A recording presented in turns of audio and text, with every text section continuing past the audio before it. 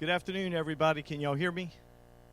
Well, welcome to our session today. We're really excited about presenting our high school revolution to you that we've implemented in Cypress Fairbanks ISD.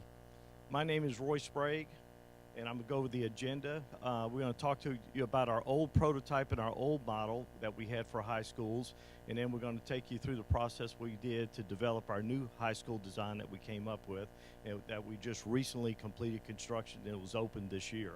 We'll talk to you a little bit about House Bill 5 in the state of Texas. State law was implemented last year that we have to follow from a curriculum standpoint. We're going to talk to you a little bit about furniture standards that we implemented in the process we went through to develop a new furniture standard for this new facility. And then we'll also show you completed photographs of the project that we opened. As I mentioned, I'm Roy Sprague. I'm the Associate Superintendent of Facilities, Construction, and Support Services and Chief Operations Officer for Cy-Fair ISD. And I'd like to introduce. And I'm Irina Gaglione. I'm a Partner and Planning Director for PBK. Cy-Fair ISD, this past couple of years, we developed a new image for our district. And one of the things we've learned in public education, we're not really good about promoting ourselves. So one of the things our administration and our board has taken the charge on is developing new mission statements, as well as new logos and just a communication plan and strategy that we've implemented. And we developed this new mission statement where we will maximize every student's potential through rigorous and relevant learning experience, preparing students to be 21st global century leaders. I'll tell you a little bit about Cy-Fair ISD. We're a little small suburban school district on the northwest side of Houston. We actually are the 23rd largest school district in the state. We are the 3rd largest school district in the state of Texas, only behind HISD, Houston ISD, which is number 1, and Dallas ISD, number 2 in the state. We have about 115,000 students. Over the next 5 years, we're projected to get to about 120,000. So our growth has actually slowed down quite a bit, and mainly because of the oil slump that we've experienced the last year or so. Our district is about 80% developed, so we have about 20% of land area available. As I was mentioning, our district is very diverse. We now, as I described to people, we've become a urban-suburban school district. Like most metropolitan areas, you're seeing a lot of redevelopment occur in downtown and in the inner city, and a lot of what's doing now is that's creating a migration out into the suburbs, which is increasing our demographic changes that we have. But one of the things Cy-Fair is, we're for all students. One of the other interesting facts that we have is we have a lot of charters in the state of Texas. There's a big debate about charter schools, and you've heard it, I'm sure, here at the conference. We only have about 3% of our student population in our district that attends charters. So the rest of the students, 96% plus, actually comes through our school system, and we're very proud of the fact that we can provide all this opportunity for all our students. Charters actually have the opportunity to select kids. We don't have that opportunity. Any kid that lives within our district, we provide an education if they choose to come through our system.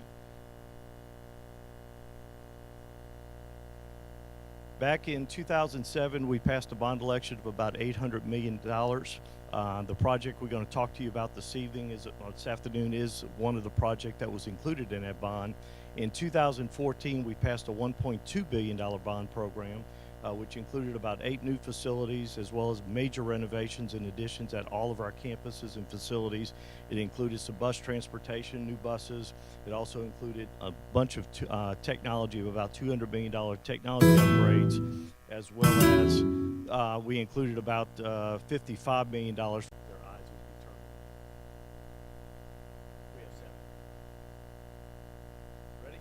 Okay. As I was mentioning, we passed a bond election in May of 2014 of about $1.2 billion. It was one of the largest suburban school district bond elections in the state of the country, and we went through a very short process to get it, but we're very proud that we were able to get the $1.2 million, and we had the support of our general public. One thing I do want to point out is we had projected that we were going to have about a 4-cent tax rate increase over the life of the bond program, which is about 6 years, and we're happy to say we've actually lowered our tax rate by 1 penny, and we hope to keep it that way through the rest of the bond program. So hopefully in the future that'll enable us to be able to get another bond election passed much easier, since we didn't impact the tax rate itself. as I mentioned, we had a lot of different projects involved in the project. A lot of those are underway. We currently have about $950 million worth of projects will be under contract. We have $750 million under contract right now. We're getting ready to start our phase 4 design projects this coming year, as soon as we sell some additional bonds and getting started. So we're really starting to hit the peak of our $1.2 billion project. But this project here was funded out of our 2007 bond program, and we're actually supposed to open this school in 2010, and we just opened it in 2016. So one of the hurdles we had to do, all the inflation we experienced in the Houston market over that 6-year period, in trying to be able to fund that project. We were fortunate in our 2014 bond program to convince our community, because of the inflation and the downturn in the economy and the fact that the state of Texas reduced this school foundation program, which is where we get a lot of our funding. So they reduced our budgets down tremendously. So we had the money in the bank for the bonds to build the schools, but we did not have the money in the bank to actually operate the schools. That's why it pushed the project back about 6 years. We actually started this project back in 2006 when we looked at acquisition of property in preparation for the high schools that we had were planning on including in our 07 bond program. So we looked at a site that we acquired on the far west side of the district. We actually acquired 179 acres.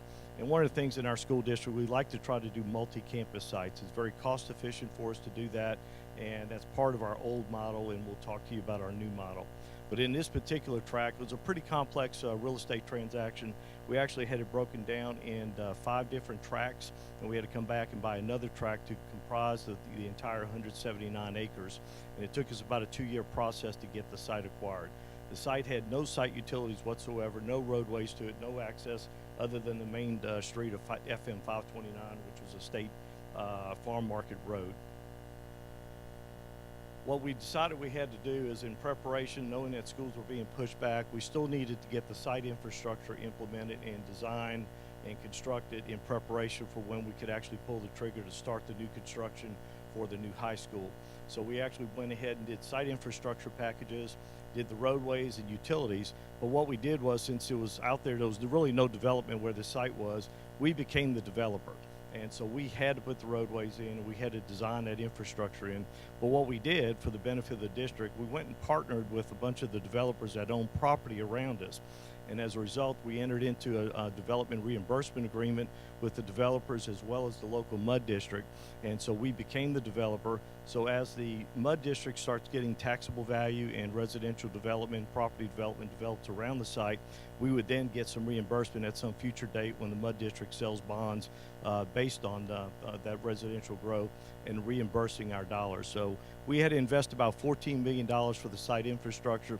We anticipate getting about 40% of that money back reimbursed to us over the next 3 to 5 years, which then I can use that for other future capital improvements we need to do elsewhere in the district. Our old model high school was developed when I first came on board in the district. Our high school number 6 at the time that PBK designed for us. The school district developed the high school standard, and we kind of transformed our previous design schools that we had. And the project just opened up when I came and joined the district in '97. And we built 5 of those facilities throughout the district, high school number 6 all the way through high school number 10. It was a very, very successful prototype for us. It worked very, very well. Our campuses loved it. Our community loved it. But we also felt that we needed to make a change.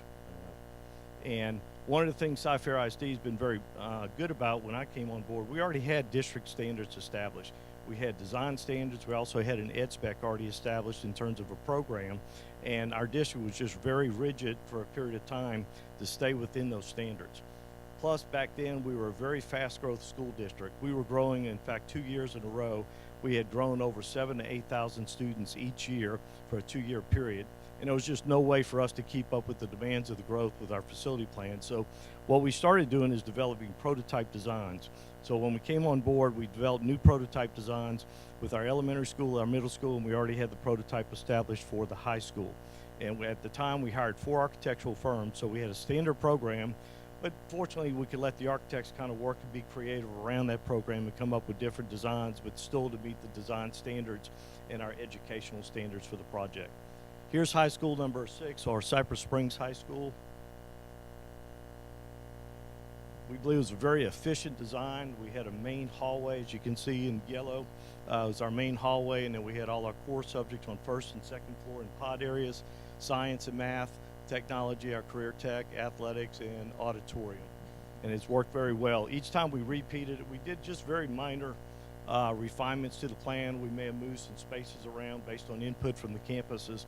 But every time we finished the prototype, we went through a process where we interviewed the teachers, the campus, even some community members to get feedback as to what should we do with the next prototype or any changes we needed to make with the design.